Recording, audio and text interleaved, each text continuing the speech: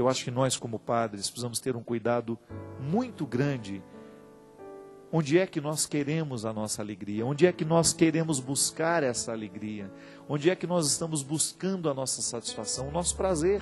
O padre precisa viver o prazer, a satisfação de ser quem ele é. Ele precisa se divertir, sim. Eu não sou a favor dessa vida o tempo todo trabalhando, sem ter a oportunidade do seu lazer. Eu vivi, minha gente, num esquema durante muito tempo em que eu presenciava. São padres ótimos, maravilhosos, pessoas excelentes, que não se davam o direito do prazer. Eu não estou falando do prazer hedonista, né? Estou falando do lazer. Talvez o termo mais apropriado seja esse, né? O lazer. Eu me lembro, lá no convento mesmo, os padres que eu conheci ali são padres que trabalham muito. Padre Moacir, eu olhava para aquele homem, olho para ainda hoje, eu tenho uma admiração profunda por ele. E eu falava com ele, você precisa descansar um pouco mais. Trabalha demais.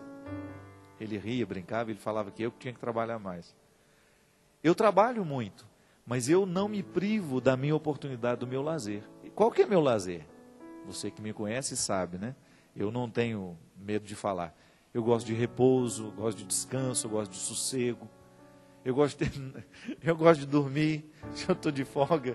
Oh, meu Deus, é tão bom você ter a oportunidade de dormir bem, a gente que viaja tanto. Não me culpo por isso, não. Sabe o que é lazer para mim? Encontrar os amigos, bater um papo, conversar. Eu não bebo, nunca bebi, não fumo, nunca fumei. Não preciso do álcool para estar alegre, para estar feliz. Eu preciso de boas companhias. Tenho os meus períodos de solidão que eu acho necessário no meu dia a dia, as minhas horas de solidão, mas eu gosto de me dividir, eu gosto de estar com pessoas que me agregam, que me acrescentam. Isso faz parte da minha vida de padre. Por exemplo, em Taubaté, agora tem feito pouco isso, mas o meu amigo Padre Marquinhos, quantas vezes ele e o Padre Edson, aquele que sofreu o acidente, né? Como nós gostávamos de almoçar juntos. É um momento que a gente vai jogar uma conversa fora, em que nós vamos falar da nossa vida de padre, de coisas do nosso contexto de padre, que geralmente a gente não pode falar com qualquer um. A necessidade de padre ser amigo um do outro, né? De se permitirem essa amizade. Voltaire tinha uma frase terrível. Ele falava assim que os religiosos, né? No caso ele está falando da vida religiosa, eles correm o risco de serem homens que se encontram por acaso, vivem sem se conhecerem e morrem sem se chorarem.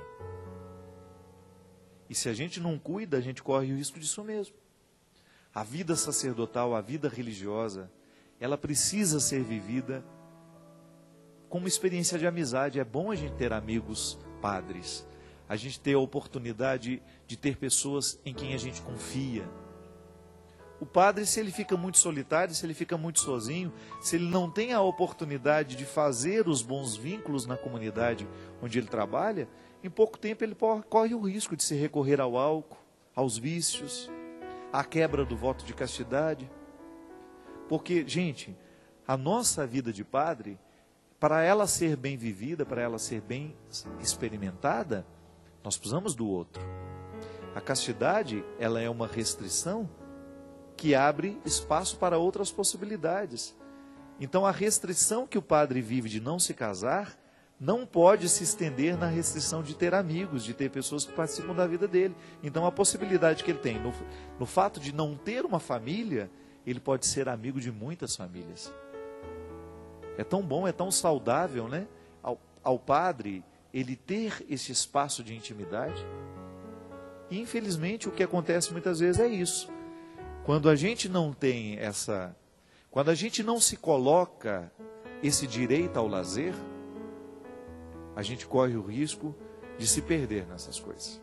A gente corre o risco de se perder no álcool, porque, infelizmente, muitas vezes quando um padre tem uma atitude assim, ou ele está alcoolizado, ele está fora de si, porque se ele está em são estado de consciência, ele jamais vai assumir uma postura pública assim, que possa ferir a sensibilidade religiosa do povo.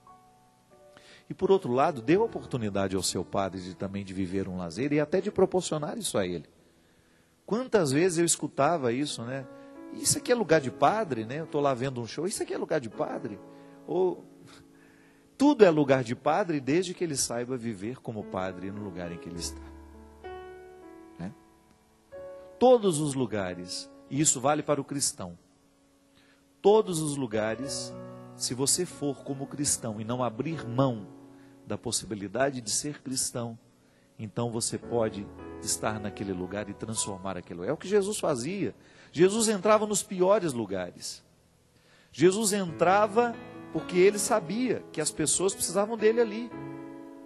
Eu me recordo, minha gente, que quando eu comecei esse meu trabalho, que me levou para muitos outros ambientes profanos, programas de televisão, redes de televisão em que a gente não estava acostumado a ir, quando eu comecei a pisar naqueles lugares, e eu disse uma vez na Canção Nova, quando a minha vida estava para ser mudada, quando eu começaria a ter a oportunidade de pisar naqueles lugares, eu falei numa pregação minha aqui: minha gente, vai mudar muita coisa na minha vida, vocês vão me ver em alguns programas que até então eu nunca tinha pisado, e eu gostaria de fazer aqui o meu compromisso. Eu só vou entrar nos lugares em que eu puder levar Jesus comigo. Em nenhum momento da minha vida de comunicador católico cristão, com oportunidade de adentrar os territórios profanos da comunicação, da mídia, em nenhum momento eu quero abrir mão do específico da minha vida, que é anunciar Jesus. Agora, eu posso muito bem estar numa festa de casamento e sem abrir a minha boca, no meu jeito de ser, no meu jeito de estar com aquelas pessoas, de festejar a alegria daquele casamento, dar testemunho da minha fé. Você também? A maneira como nós festejamos, a maneira como nós vamos trabalhar a alegria em nós, isso é evangelização também. Você não está livre disso não. Aliás, eu admiro muito a comunidade Shalom em Fortaleza. Claro, muitas pessoas com alguns exageros, algumas pessoas que não entendem bem a proposta da comunidade e querem ser muito radicais com os outros, nem sempre é com eles, é com os outros. Em muitos momentos eu vi isso acontecer, mas a comunidade Shalom, estou falando das comunidades religiosas de maneira geral, desculpe. Muitas comunidades no Brasil ficaram radicais demais com seus membros. E os seus membros, naturalmente, com as pessoas com quem eles convivem. Mas a comunidade Shalom, eu conheci pessoas dentro da comunidade Shalom, lá de Fortaleza, que conseguem fazer de maneira tão equilibrada esse casamento, sabe? Dentro de si. De ser uma pessoa, um missionário naturalmente na sua conduta, no seu jeito de ser, e ao mesmo tempo ser uma pessoa que sabe apreciar a vida. Com equilíbrio, com responsabilidade, que sabe dar o devido espaço à vida cultural na sua vida, que isso é preciso, isso é necessário. Mas ao mesmo tempo, na sua postura, levar a leveza da presença de Jesus.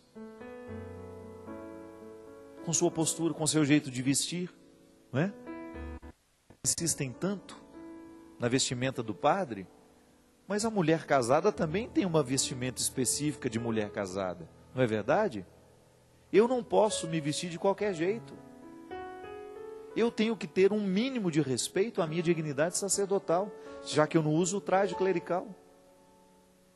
Eu preciso estar vestido de maneira respeitosa para cumprir a minha missão. Eu faço todo esforço no mundo para não ser. Às vezes a pessoa, eu estou lá, muitas vezes, em alguns momentos estava correndo, estava de camiseta. Não gosto de fazer uma fotografia com as pessoas assim. Porque eu acho que a minha postura de padre, gente, há quanto tempo eu perdi o direito de ir para uma praia, de ir para uma piscina, porque eu fico preocupado com isso. Eu acredito, que a nossa postura, ela precisa estar diretamente comprometida com aquilo que a gente escolheu. Você, que é uma mãe de família, você sabe muito bem do que eu estou falando. Você tem um jeito específico de se vestir, de se comportar muito mais do que se vestir. Não é? Porque você sabe que você está comprometida com seu esposo e que você já não tem mais o direito de ter o comportamento que tinha quando era solteira. Que a sua postura vai mudando à medida em que a sua responsabilidade cresce. E isso é saudável demais, minha gente. Aí a gente leva o nosso cristianismo para a vida inteira. Não é só uma faceta da nossa vida. O cristianismo faz parte da nossa totalidade.